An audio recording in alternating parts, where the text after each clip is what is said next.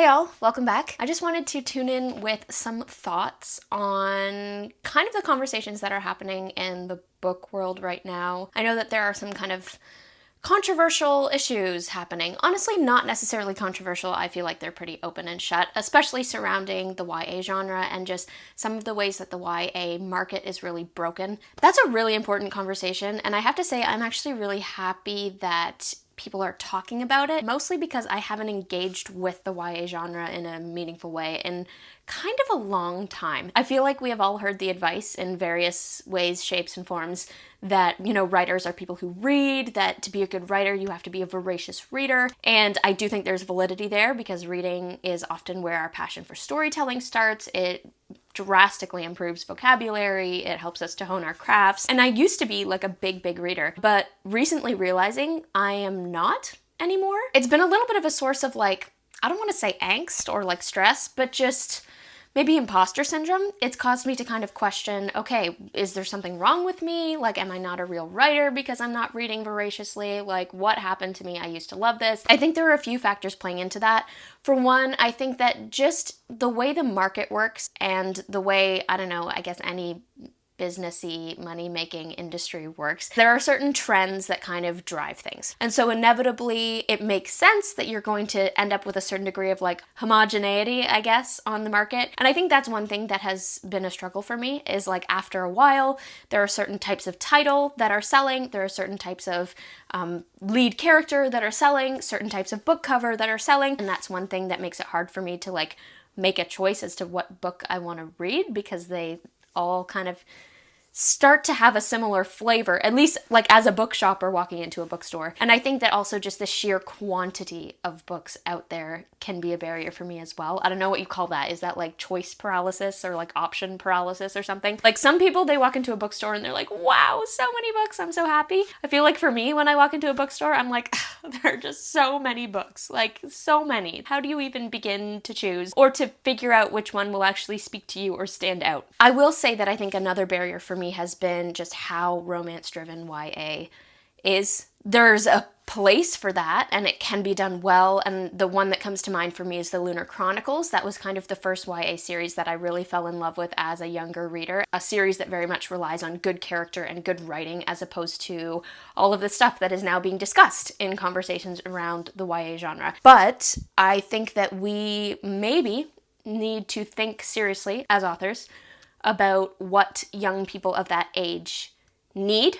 I think that the YA genre should be a place where young adults can enjoy storytelling safely. I think that we have a certain degree of responsibility as writers for this particular age group, which I am not necessarily, but those writers who are, I think should put thought into how to responsibly handle that power, I guess, and how to protect young adults and how to make sure that it is a safe place for them and not a place where they will be exposed to things that they're maybe not prepared or mature enough to sort and categorize properly into what is appropriate and what is damaging and what is to be celebrated and what is to be not celebrated. I also think that we need to be careful about perpetuating the disease that our culture already has with its over-obsession with sex and sexualizing literally everything. I think that there should be a place where readers who are 12 to 18 can go to enjoy good stories without getting that shoved down their throats. Whoops, there was my opinion, but I don't want to stay there because that will just be a tangent. I think for me, even just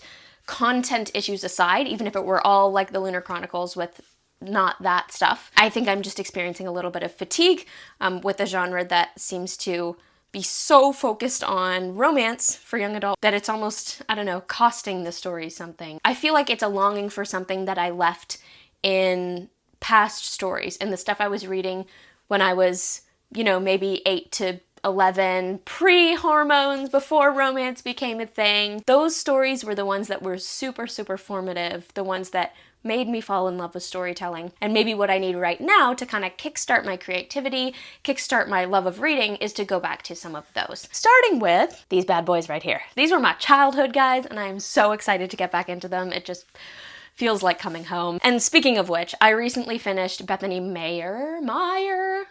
I'm still doing it. Oh my goodness. Her Scorch trilogy. I've gushed about Bethany before, partly because I just love Bethany, but her books feel like a return home. They feel like a return to the storytelling that first got me hooked. This is maybe a weird comparison, but every fall, when that like kind of cold fall wind starts to blow and it starts to get really windy, I get this weird random urge to like go run around in a forest like I did when I was 8. Reading Bethany's books feels like that. I think spending some time with those kinds of stories might just be what I'm missing to get me excited about books again. I also think that I have allowed maybe what is market trend to influence even my creativity. I know writing some of my passion projects just for me, not published projects, coming up with titles, things like that, I've allowed that to kind of change the decisions I make. Like, oh no, I can't call it that because that's not the market trend right now. No, I can't remove my romance subplot because that's what sells. I've allowed that to kind of creep into my creative process in a way that is maybe crippling, which has brought me to experiment number 2. I've realized I don't care. I don't care what's market trend because these are my passion projects. Writing a book for publication, different story.